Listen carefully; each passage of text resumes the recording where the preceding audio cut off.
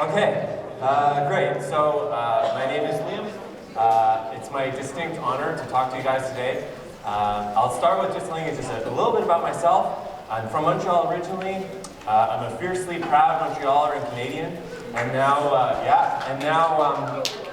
kind of have my dream job, which is as a robotics professor at Université of Montreal as part of MILA, which Cesar just talked about. So what we're going to talk about today is about AI and robotics. So when I say AI, artificial intelligence, or robotics, just take 2 seconds. What? Oh, you want to know? Oh, no, just think in your head. Okay. Like, just put a picture in your mind of what pops into your head when you say artificial intelligence. And a precision theory. Do you have a question? Okay. Okay, so yell out. What do you think of? Okay, so that's one thing.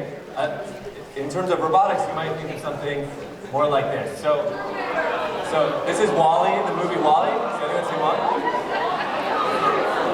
So let's look at actually what this robot's doing. Like, it understands this is a bug, it's got feelings, it understands what bugs do, it can move around.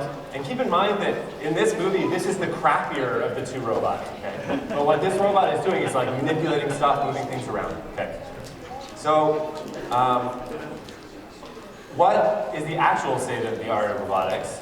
Well, it's actually closer to this. So this is from 2 years ago. This is the DARPA Robotics Challenge, which was all of the top researchers in humanoid robotics had to do basic tasks like open doors, walk over blocks, and such.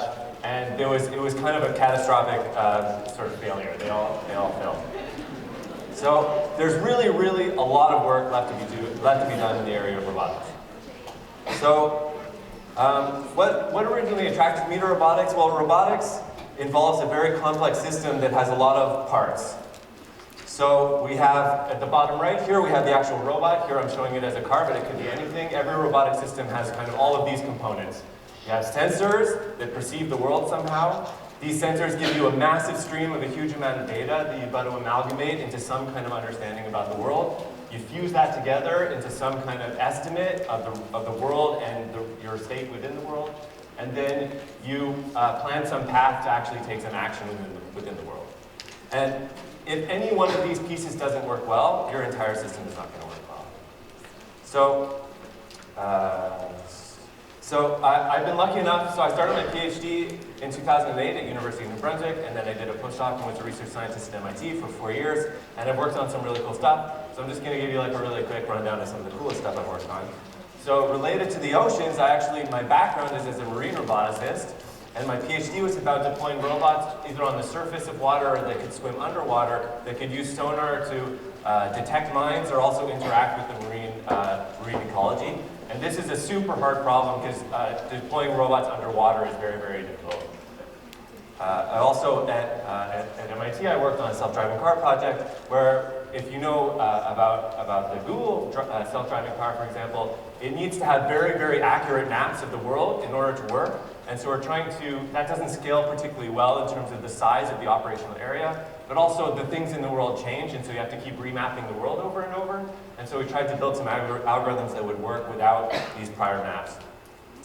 And then also starting at MIT, but also continuing on now, we built this small-scale self-driving car project that we call Duckytown. So it's really an autonomous Uber service for the citizens of Duckytown, which are the ducks. And so we use this to teach a class, but also to do actually cutting-edge research in self-driving vehicles. Okay, so I think it's clear at this point that AI and robotics will transform the world in the next 50 years. And so I'd just like to highlight 3 of what I think are the very, very biggest questions that I think that you guys should be thinking about how it's going to transform the world. So the first one is technological. It's kind of the most obvious. Like, as I showed, the robots are all falling over. Like, we don't have a lot of robots in this room. Like, where are they? Like, they were supposed to be here by now, weren't they? Like, all we have is like crappy vacuums that don't even do a very good job. So where we are right now is we're at the peak of inflated expectations. And in order to get through the trough of disillusionment, we need very, very motivated people who understand the real challenges of deploying these systems in the real world. So I think a lot of people will gravitate towards this, but there are two other kind of areas that I think are very important.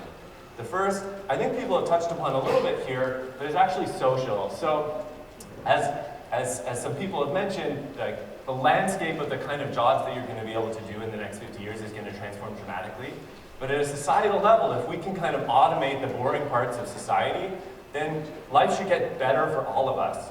But it's actually not that obvious how to make that happen. So, right now there's a lot of fear around AI and automation because people are worried that they're going to lose their jobs. But if we step back a second and think on a societal level, this should be a good thing, but how do we make it be a good thing for everybody? So that's one really important sort of social aspect. And then the third one that I think is going to be... It's been less than a week since the deadliest mass shooting in American history. And foremost in all of our minds has been the loss and the grief felt by the people of Orlando. So does anyone think there's something funny about that video? Well, so they wouldn't sync because the sound's not synced, but anything else? Okay, so actually that never happened. That was completely manufactured video that never actually happened in reality. So, data scientists took a whole bunch of videos of Barack Obama and generated a brand new video of Barack Obama saying things that he's never actually said in reality.